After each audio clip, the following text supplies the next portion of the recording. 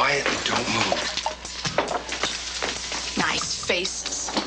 Nice, easily identifiable faces.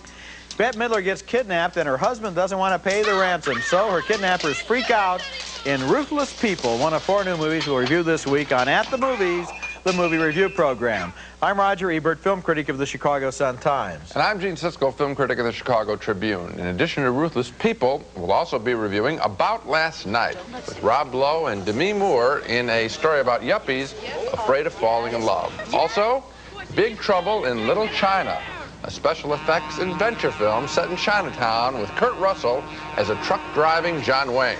But first, Roger begins with Psycho 3. Well, after the original Psycho came out in 1960, Anthony Perkins turned down all kinds of offers for a sequel for more than 20 years. And, of course, you couldn't have a sequel without Anthony Perkins as Norman Bates. Then 2 years ago, Perkins agreed to make Psycho 2, which was an okay movie on its own terms, although, of course, it wasn't any comparison to Hitchcock's classic. Now comes Psycho 3, this time directed by Anthony Perkins as well as starring him.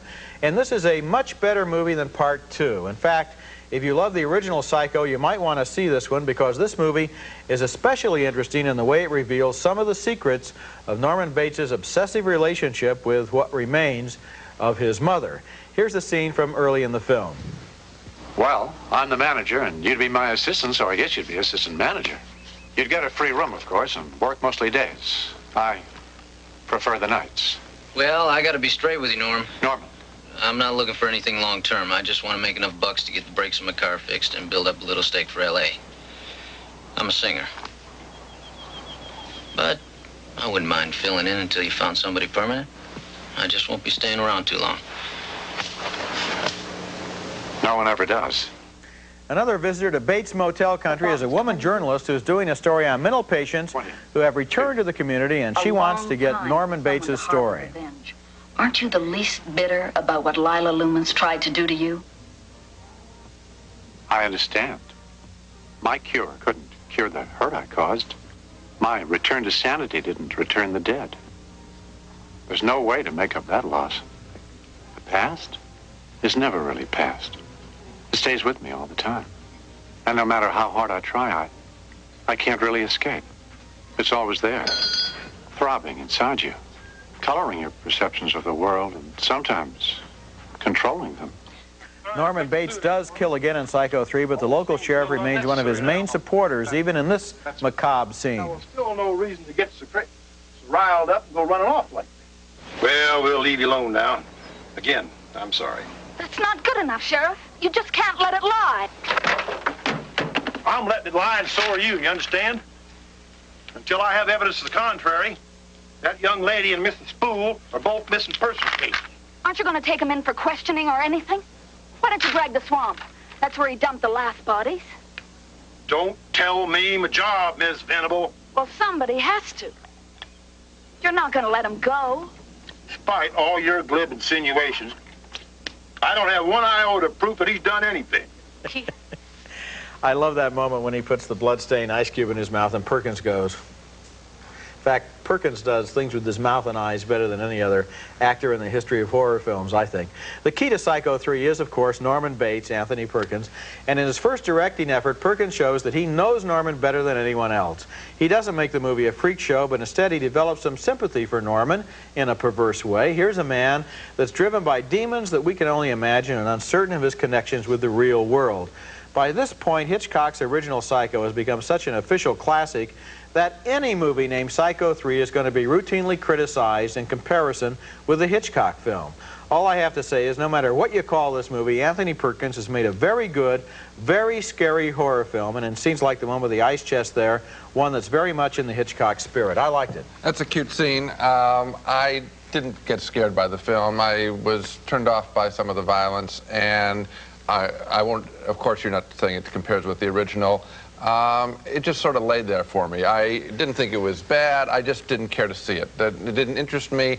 We've talked before about how in some classic movies we don't want to know how the secrets are revealed. That didn't hold any interest for me. Obviously, the speech he makes in the restaurant there about the past guiding one's present and future is obvious. And so the film just sort of sat there, and I ended up just being bored. Well, if the violence was too much for you, what did you think about the shower scene in the original Psycho? Was that too much for you, too? No, it wasn't too much for me. That was one of the most shocking things and original things I'd ever seen before. Well, there's a scene in this movie where somebody gets her neck cut that is just as shocking and in the same way. And I also felt, but I don't think context, it's not like Friday the 13th, where they're just throwing it in by the shovelful, but within context and with the character. And there's another scene in this movie. Yeah, but it's not a classic scene. That scene will not be recalled 20 years from now. 20 years from now. Okay, 20 years from now, no movies this year are going to be recalled for their classic scenes, probably. We're talking about a scene that stands all by itself, so that's not a valid criticism. Another thing about the movie, you just asked me if it was a good scene. I asked you what you said about the violence, and you said the violence was okay in one but not in the other. That's right. Is, if it shocked you in one and didn't shock you in the other, then... No, obviously there can be violent films where you accept the violence. For example, Halloween is an extremely violent film. I thought was very well done. Psycho was another. This film was not. And there are tons of films that you've routinely disliked that have a lot of violence. Yeah, but none of them have been quite this well directed, and I think the directing and acting is the whole thing when it comes to violence. There's another scene in this movie where Norman gets a note, presumably from his mother, saying, "Meet me in cabin number 12." And there's a long traveling shot as he walks the whole distance to that room, with the camera showing in his eyes and on his mouth and in his face such a play of emotions that it's absolutely fascinating. I think this is a much better movie than you're giving it credit for. Well, there's no question that you think it's so, and I disagree. Coming up next, 4 bright and funny young people find it very tough to make a commitment to the opposite sex. You know what your problem is? Your face. Yeah, right. Come on, wise up, man. You're too good looking. Best thing that can happen to you, Danny, is an industrial accident. Our next film is called About Last Night, and I think it's one of the year's best, telling the story of 4 young single people who find it easier to hide in one-night stands than any other kind of sustained relationship. They meet in the singles bars of Chicago, and there's a lot of bravado and wisecracks as one young woman introduces her roommate to the friend of the guy she's dating. What do you do? Me? Well, yeah, for a living. I'm a neurosurgeon. You? I'm a professional boxer. You know much about the fight game? No. I'm the heavyweight champion of the world. Well, it's nice to meet you, champ, but I gotta go. Wait, come on. One drink's not gonna hurt. I have something better to do. Deb, I'll meet you at the steam bath tomorrow, 6. Dan. Yeah, nice meeting you. Hey, how you doing? Interesting broad. Where'd she develop her personality? A car crash? Well, it takes them a long while to hit it off, but the other affair in the movie is almost instantaneous as Rob Lowe asks Demi Moore to move into his apartment, at least part of it. Debbie, I've been thinking. For the last 2 months, you've been running around town with your undies in a paper bag, and I think maybe you ought to have a drawer over here. A drawer? A whole drawer? I don't know, Dan. That's a pretty big step. I think you better think about this. Take the drawer. Are you sure? Are you positive? Oh, come on. Okay, maybe just like a little small one in the kitchen next to the utensils or something. Is that okay? They're cute, but true love does not come easily, especially for people used to getting their own way and afraid of anything permanent. It gets in the little cracks in the porcelain, and then I get it on my fingers. I'll make an effort. And would you make an effort to please put these wrappers in the trash can? Why don't you just flush them? What? Flush them. You want me to waste 8 gallons of water so that you don't have to look at a piece of paper with the word Tampax written on it? Oh, you didn't even say Tampax. You had to say those wrappers. Does it offend you that much? No, I just want you to hit the trash can or the toilet, not the floor. Fine. I'll work on my dunk shot. But what I'm trying to say to you is you don't need a lot of this. I think you look pretty the way you are. No. You look great just the way you are. Some of us have to work at it. Why do you wear all this stuff? To impress your boss? No. You know that Bernie says, Joan says you go out with him. I used to go out with him. It's no big secret, for God's sake. Oh, it's no big secret. Then how come I didn't know about it? Well, maybe you never ask. Okay, I'm asking. Did you sleep with him? No, Dan, we were bowling partners. That scene is nicely written because they argue about something at the surface and then finally get to what's really bugging them. Demi Moore and Rob Lowe play that couple. You may remember them from the awful yuppie film last year called St. Elmo's Fire. That film amazingly, was a commercial hit. It was full of paper-thin, phony characters. This movie, About Last Night, is the real thing, full of strong, basically healthy characters who have just one flaw. They're a little bit scared of making a commitment. The script by Tim Kazurinsky and Denise DeClue is bright and funny and true, and the direction by Edward Zwick is clean. It's a pleasure to spend time with these people, including the two other characters we saw at the top of the segment here. They're played by Jim Belushi and Elizabeth Perkins, making a most impressive screen debut. The nicest thing I can say about this movie is I'd like to see a sequel in a few years, picking up these characters and seeing how their lives have turned out. I loved it too. You think it's one of the year's best, so do I. So we have one of our top 10 already for 1986. Looks like it.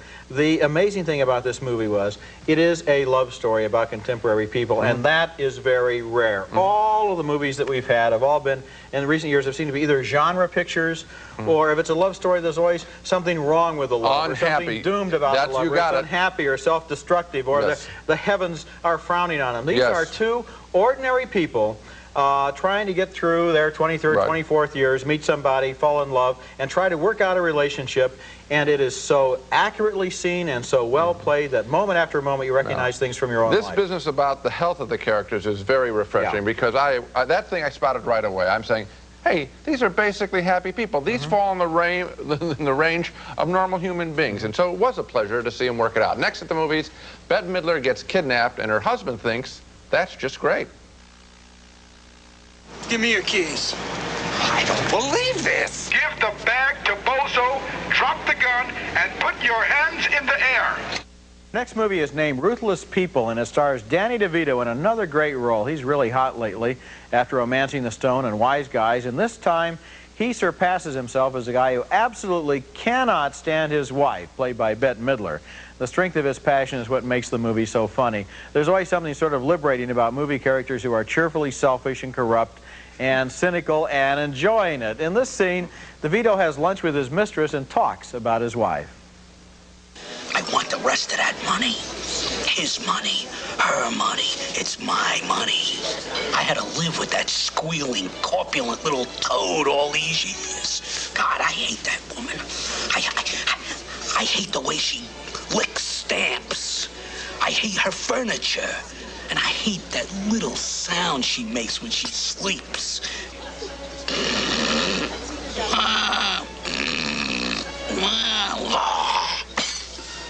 Aren't you scared?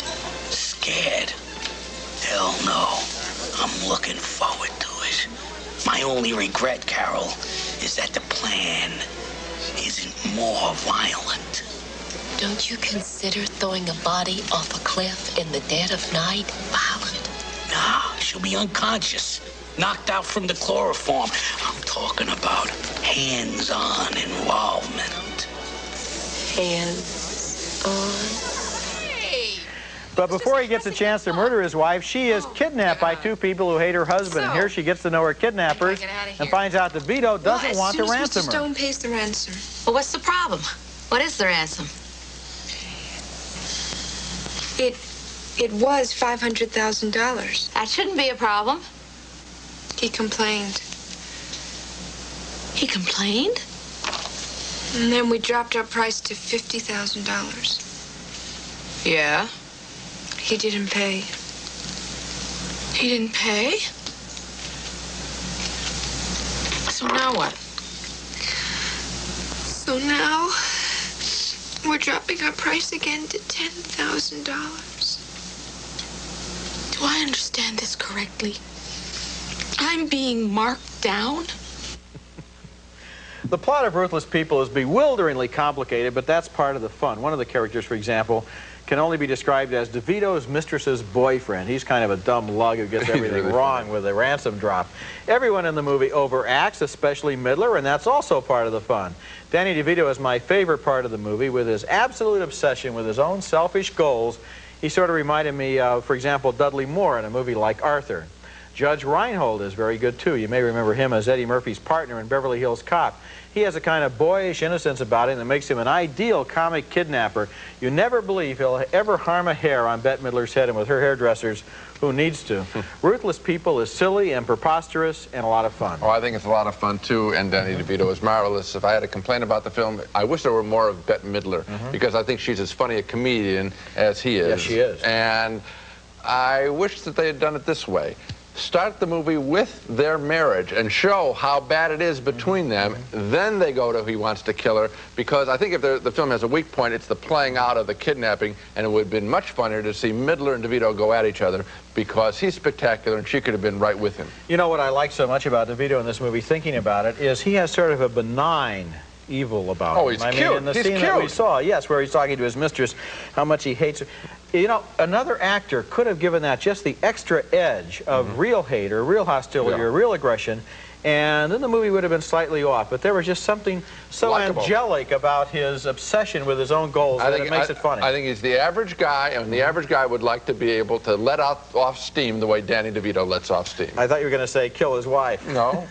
Just let off steam.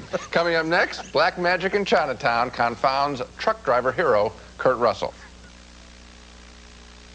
What's going on here? Is this some kind of magic? The darkest magic. Our next film is called Big Trouble in Little China, and if ever a film overdid its special effects to no purpose, this is it. I was simply exhausted watching this movie and its creatures with glowing vapors emanating from their eyes, mouths, and fingers, and I don't know where else. This was like being in a lightning shower. Kurt Russell does an imitation of John Wayne, playing a truck driver, decides to help out a friend of his in Chinatown, and he winds up in the middle of a tong war. You think this scene you're about to see is wild? There's much more than this in this incredible movie.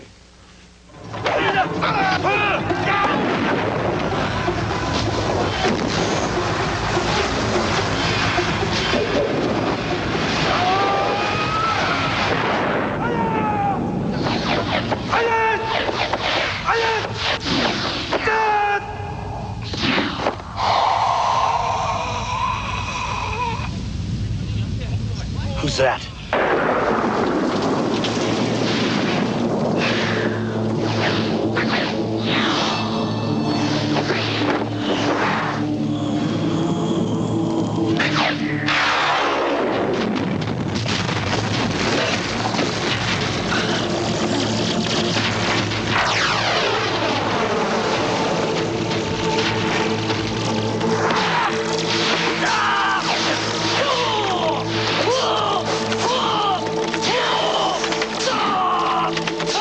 Give me a break. Kurt Russell learns that an evil Chinese spirit wants to exchange his blood with a green-eyed Chinese girl in order to make the transition from spirit to human being. Here's that moment. By destroying this. Not so fast, gentlemen. Is it too much to ask, Thunder? Kill him for me! Won't solve anything, Dave. Too many people around here been dropping like flies already, and where's that getting us, huh? Nowhere, and fast. You know what old Jack Burton always says at a time like this? Who? Jack Burton. Me.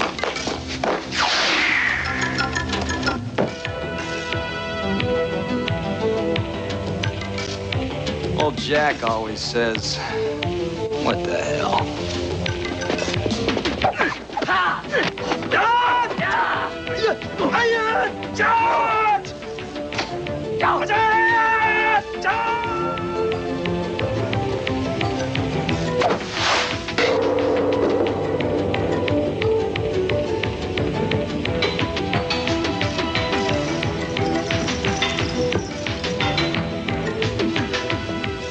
It's a good knife. And that is really thrilling, and then we get more lightning bolts out of the fingers. This movie must have been influenced by the surprise hit Romancing the Stone, but Kurt Russell is not a dashing hero here, and he certainly is dwarfed by the ridiculous amount of special effects in the film. This movie made me very sad, because I think, to a large degree, special effects are still replacing relationships and dialogue in so many American movies. That's what I missed. I was looking at the special effects and appreciating them to an extent. The movie was directed by John Carpenter, the same man who made The Thing and Escape from New York, which were also very top-heavy with special effects. Yes.